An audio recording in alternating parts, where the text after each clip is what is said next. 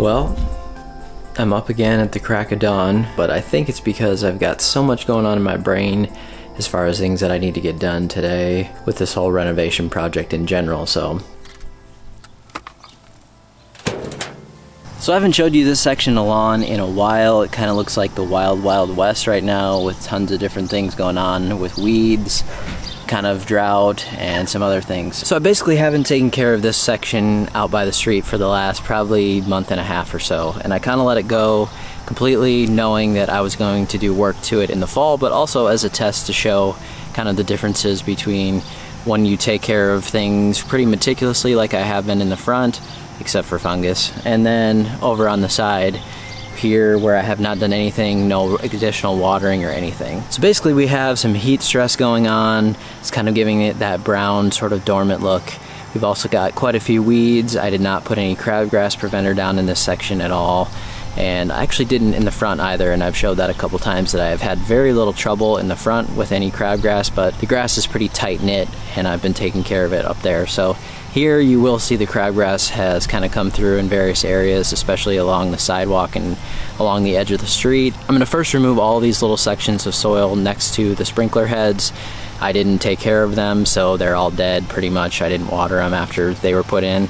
And we're going to take those out. We will end up putting new soil in there, and then I'm going to also probably scalp this thing down as low as I can, maybe even take the reel mower on it and scalp it down, and then we will start leveling some stuff out here too, basically just over top of the existing soil that's there and over top of the existing grass that's there, and just try to get this thing a little bit more level. I'd like to continue reel mowing this thing to match the front.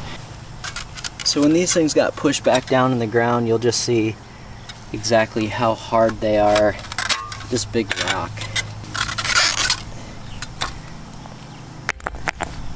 It doesn't take much here, and that thing comes right out of there.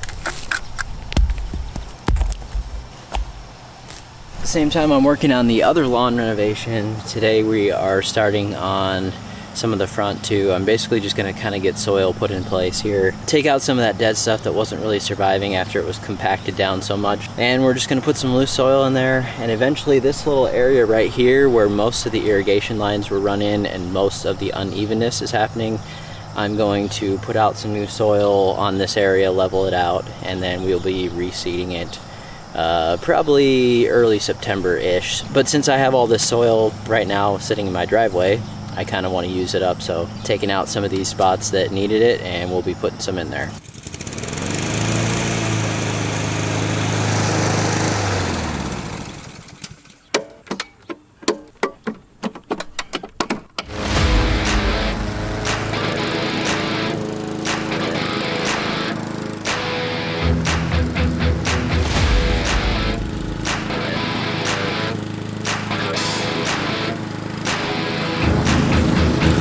Today we're going to be doing my more typical method of seeding out on this front little section. So we just got done finishing the north side of my house, and I did a little bit, something not really that typical for me just because of this scenario here with there being quite a bit of a slope. We're using bluegrass, which is sometimes slow to kind of establish itself, so I was a little bit worried about washout and just kind of spending all my time and effort for nothing, so I went with these seeding blankets on this side.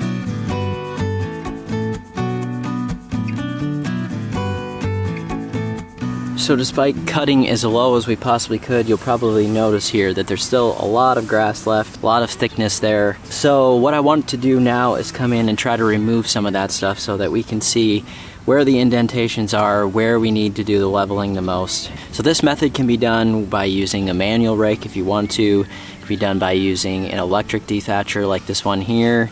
Or because I have an attachment for my reel mower, I'm going to be using that today to come through and kind of clean this out a little bit more, and then I will probably cut it as well with the reel mower as low as we can kind of get it, and just so we can kind of tell where we need to do most of our leveling work. If you didn't have a reel mower to cut any lower than this, that's totally okay. Just come through, try to remove some of this thickness.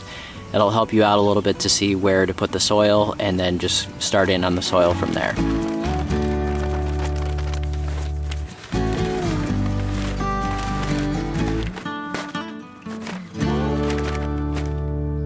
So I'm going to set this now basically down to where when you start to spin it, it's starting to catch into the ground, and we don't want it so strong that it's not going to be able to move, but somewhere around in there should be good. And it's always adjustable again, so just try it, see what happens, and then you can always adjust it a little lower if you need to.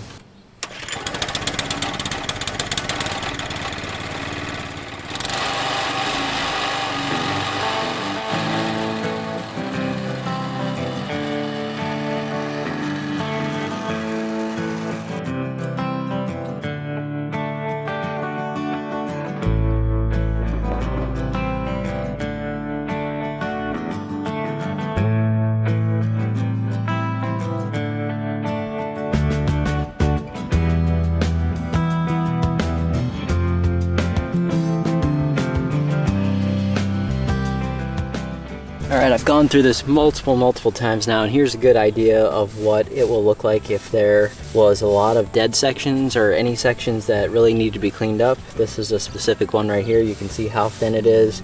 We can see down to the soil now. We've worked out all of that dead stuff, and I just kept going over it until I just was noticing that there was still stuff being pulled up, and then once I get down to the soil layer like this, and I know that there's really nothing else to grab from there. That's about what I would like it to look like. It does a great job, and putting it right into the catcher too is a really nice feature, not having to come back over with your mower or anything like that to pick it up. I've got the reel put back in now, and I've set it down to 1/4 of an inch. We will see how it does with that. I've never mowed anything that low with this thing yet, so go as low as we can until we start to notice that there's any major areas of scalping or anything like that.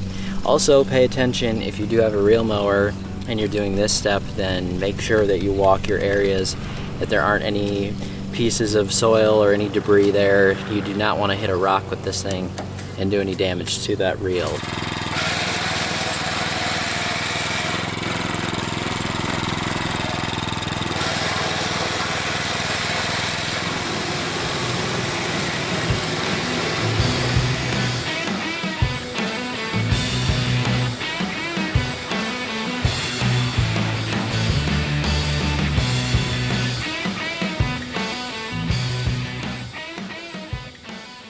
So now you have a few different options here on what to do next. If you want to just smother the soil, if you think you have enough leveling to do where you're just going to smother the soil completely and the grass that's there, then you can do this method. I've done it in my front yard before where I knew I had a lot of work to do there, so I just brought in a bunch of soil, smothered all the existing grass after I cut it down pretty low, and it never grew back because it's just smothered and there's no more sunlight getting to it or anything. So after that, you just put your seed on the soil there that you put down for leveling, and that's fine. I decided today to spray mine here because I have a mix of a bunch of different grasses in there, weeds, mostly perennial rye that I've overseeded and seeded some last year, and I want to try out doing a bluegrass mix on this, so I wanted to get rid of that. So I just sprayed it out, and now I'm letting that dry before I start to put down some soil.